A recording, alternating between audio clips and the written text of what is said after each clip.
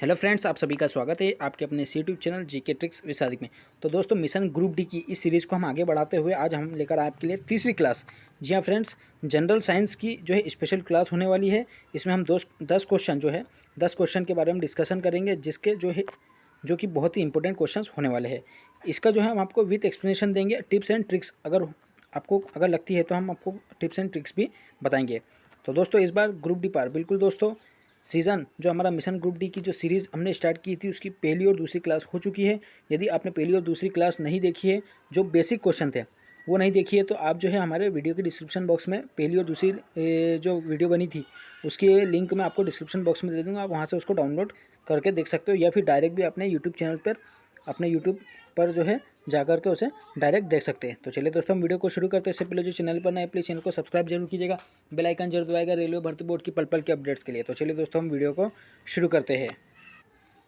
तो देखिए, आज की हमारी तीसरी क्लास का पहला क्वेश्चन ये है दोस्तों, एसआई पद्धति में त्वरण की इकाई क्या है। तो आई होप कि आप सभी को इसका आंसर पता होगा। आप बताइएगा, इसका आंसर जो है मीटर पर सेकंड स्क्वायर होता है, मीटर सेकंड होता है, मीटर सेकंड स्क्वायर होता है, या फिर मीटर की घात 1 होता है। तो यहाँ पर इसका जो सही आंसर हो जाएगा, वैसे तो आप देखिएगा इसका जो सही आंसर है मीटर पर सेकंड स्क्वायर। तो देखिए यहाँ पर इसको आप कैसे एक्सप्लेन कर सकते हो। तो देखिए, नॉर्मली अगर एक्सीलरेशन की जो इकाई होती है वो क्या होती है, मीटर पर सेकंड का स्क्वायर। लेकिन ये सेकंड यहाँ पर प्लस में है, जब इसे हम ऊपर लेकर के जाएंगे, ठीक है, बटे के ऊपर लेके जाएंगे तो ये माइनस लग जाएगा। तो मतलब क्या हो जाएगा, मीटर सेकंड का इन्वर्स, मतलब कि ये इन्वर्स 2 मतलब -2 लग जाएगा। तो आप इसका ए ऑप्शन इसका सही आंसर है, मीटर सेकंड की घात -2। ठीक है, आई होप आपको समझ में आएगा। आगे देख लेते हैं अगला क्वेश्चन। तो देखिए दोस्तों, दूसरा क्वेश्चन है, बहुत ही इंपॉर्टेंट क्वेश्चन है। ग्रुप डी में पिछली बार भी कई बार ये क्वेश्चन पूछा गया था कि लिटमस विलियन से निष्कर्षित किया जाता है, मतलब लिटमस जो होता है वो काई से निकाला जाता है। तो आपका जो लिटमस होता है, जो अगर देखा जाए तो बैंगनी कलर का होता है, वो काई से निकालते हैं तो लाइकेन ए। ठीक है, ए ऑप्शन लाइकेन इसका सही आंसर होगा। लिटमस जो है लाइकेन से निकाला जाता है। अब देखिए, लिटमस जो होता है वो क्या होता है, किसी भी विलियन की पीएच मान को निर्धारित करता है। मतलब यदि किसी विलयन का पीएच मान 7 से कम है, मतलब कि वो अम्लीय होगा, और अगर 7 से ज़्यादा है तो वो क्या होगा, क्षारीय हो जाएगा।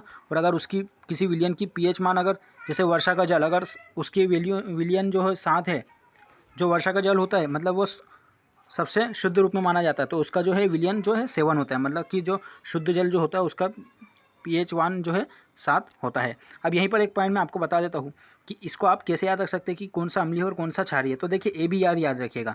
ABR तो मतलब ए से बना अम्लीय, तो अम्लीय क्या करता है, ब्लू को रेड कलर में कन्वर्ट कर देता है। ठीक है, मतलब नीले रंग को लाल रंग में कन्वर्ट करता है। वहीं पर अगर क्षार की बात करेंगे तो क्षार क्या करेगा, वो लाल रंग को जो है, रेड कलर को जो है ब्लू में कन्वर्ट कर देता। आई होप आपको समझ में आएगा। अगला देख लेते हैं।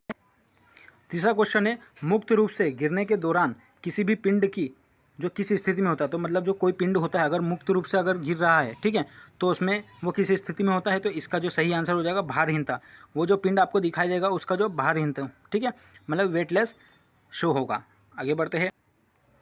तो देखिए दोस्तों, यहाँ पर चौथा क्वेश्चन है आज की हमारी तीसरी क्लास का। फोर्थ क्वेश्चन कौन सा है, शाकाहारियों को डैश मतलब क्या पचाने के लिए लंबी छोट आंत की आवश्यकता होती है। मतलब कि जो छोटी आंत होती है वो लंबी होना चाहिए।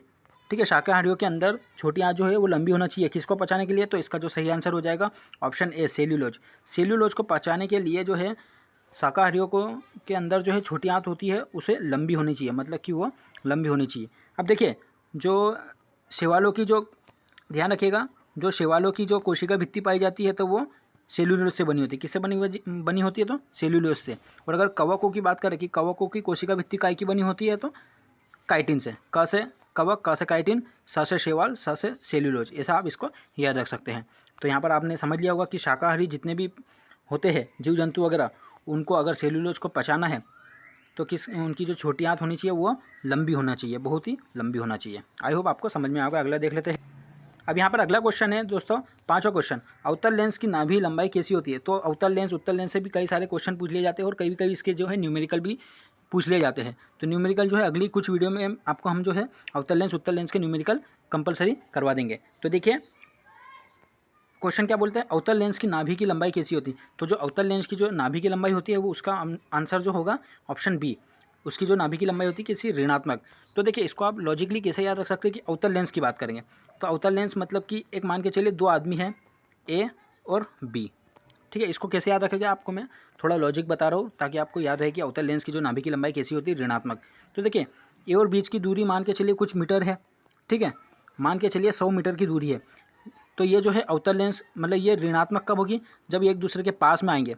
मतलब ये बोलेगा कि मेरे पास आओ और ए बोलेगा बी को कि मेरे पास आओ, आओ आओ मतलब कि अवतल, ठीक है। तो एक दूसरे के पास में आएंगे तो क्या होगी, इनकी दूरी जो है घटती जाएगी, घटती मतलब कि ऋणात्मक, कम होती जाएगी मतलब कि ऋणात्मक होती जाएगी, ठीक है, दूरी जो है घटती जाएगी। तो ऐसा आप इसको याद रख सकते हैं कि अवतल लेंस की जो नाभि की लंबाई होती है, ए ने बी को बोला तुम मेरे पास आओ, बी ने ए को बोला तुम मेरे पास आओ, तो इनकी जो है दूरी घटती जाएगी मतलब कि ऋणात्मक। तो अवतल लेंस की नाभि की लंबाई कैसी होती है, ऋणात्मक। आई होप आपको अच्छे से समझ में आ गया होगा दोस्तों, किसी प्रकार का कोई कन्फ्यूजन नहीं होगा। अगला देख लेते हैं।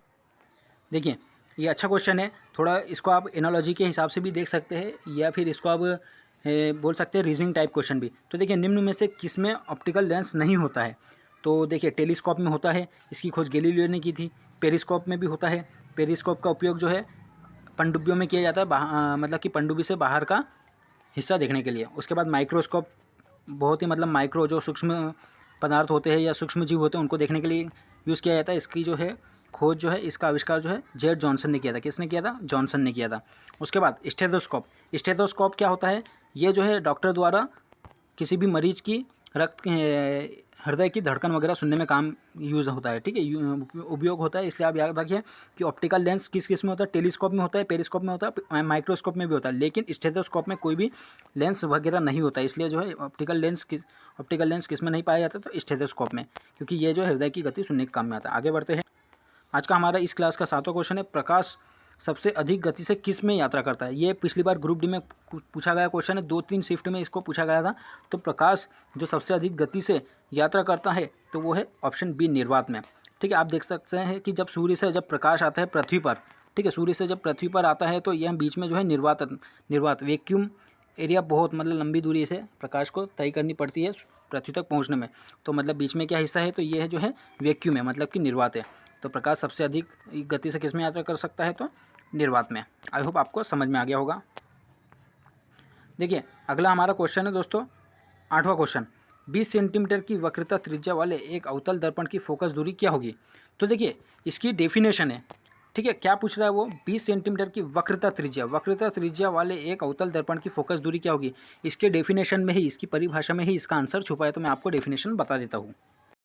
तो देखिए उसकी डेफिनेशन क्या है कि जो अवतल दर्पण होता है, अवतल दर्पण की फोकस दूरी वक्रता त्रिज्या की आधी होती है, ठीक है। मतलब क्या बोल रहा है, अवतल दर्पण की जो फोकस दूरी होती है, मतलब डिस्टेंस जो होती है वो क्या होती है, वक्रता त्रिज्या मतलब आर की क्या होती है, आधी होती है, ठीक है। D=R/2 होता है, इसकी डेफिनेशन है। आगे बढ़ते हैं।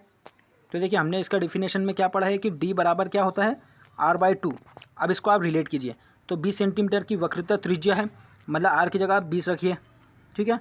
अब क्या बोल रहा है, एक अवतल दर्पण की फोकस दूरी ज्ञात करना, मतलब डी हमें निकालना है, ठीक है। तो इससे /2 कर देंगे, तो 2 से 20 को काटेंगे तो कितना, डी बराबर कितना आएगा आपका 10। तो आप यहाँ इसका आंसर लगा सकते हैं कि वक्रता त्रिज्या की आधी होती है। तो बस 10 मतलब कि ऑप्शन डी इसका जो सही आंसर होगा, ऑप्शन डी। आई होप आपको समझ में आ गया होगा दोस्तों। आप इसको पॉज करके देख सकते हो। आगे बढ़ते हैं। ये देखिए आइंस्टीन से एक क्वेश्चन आया है, जैसे कि आइंस्टीन का विशेष सापेक्षता का सिद्धांत सबसे पहले किस वर्ष में प्रस्तावित किया गया था। बहुत इंपॉर्टेंट क्वेश्चन है क्योंकि कई सारे कैंडिडेट्स को इसका आंसर नहीं पता है। तो देखिए आइंस्टीन का जो विशेष सापेक्षता का सिद्धांत जो हुआ था वो सबसे पहले किस वर्ष में प्रस्तावित किया गया था, तो ऑप्शन बी 1905 में जो है इसको प्रस्तावित किया गया था। आगे बढ़ते हैं। और जो आइंस्टीन है उसने जो है सापेक्षता का सिद्धांत दिया था, मतलब E=mc² दिया था, ठीक है। ये बहुत ही फिजिक्स में बहुत ही यूज़फुल रहा है, मतलब इसकी बहुत ही महत्वपूर्ण भूमिका रही है फिजिक्स को आगे बढ़ाने में। आगे बढ़ते हैं। तो देखिए दोस्तों अगला हमारा इस क्लास का तीसरी क्लास का जो है 10वां क्वेश्चन है, लास्ट क्वेश्चन है कि सिलिकॉन है तो सिलिकॉन क्या है, एक इंसुलेटर, एक अर्धचालक, एक चालक या इनमें से कोई नहीं। तो इसका आंसर आप प्लीज़ हमें कमेंट सेक्शन में बताइएगा कि इसका सही आंसर क्या है, कि सिलिकॉन क्या है, एक इंसुलेटर, अर्धचालक या फिर चालक है, या फिर इनमें से कोई नहीं। तो आई होप दोस्तों आपको वीडियो पसंद आई होगी। लेंस के अवतल दर्पण के बारे में भी एक क्वेश्चन आपको बता दिया गया है। आई होप कि आपको अच्छे से समझ में आया होगा वो क्वेश्चन। तो चलिए दोस्तों इस वीडियो में हम इतने रखेंगे। वीडियो अगर पसंद आए तो लाइक कीजिएगा, शेयर कीजिएगा दोस्तों के साथ, और कोई कमेंट हो तो कमेंट सेक्शन में ज़रूर बताइएगा। तो मिलता है अगली वीडियो में, तब तक के लिए अपना ख्याल रखिए। और हाँ दोस्तों, रेलवे ग्रुप डी की तैयारी के लिए हमने हमारा टेलीग्राम लिंक अपने RRC जोन वाइज जो है टेलीग्राम ग्रुप बनाए हैं। तो उसमें आप जो है लिंक के थ्रू, जो लिंक हम डिस्क्रिप्शन बॉक्स में आपको दे देंगे टेलीग्राम ग्रुप के अपने अपने जोन वाइज, तो जो है आप उसको लिंक को क्लिक कर टेलीग्राम ग्रुप से हमारे साथ जुड़ सकते हैं। तो आई होप दोस्तों आपको वीडियो पसंद आएगी। दोस्तों के साथ इस वीडियो को ज़्यादा से ज़्यादा शेयर कीजिए। चैनल को सब्सक्राइब नहीं किया है तो चैनल को सब्सक्राइब कीजिएगा। मिलते हैं अगली वीडियो में, तब तक अपने ख्याल रखिए। Okay bye.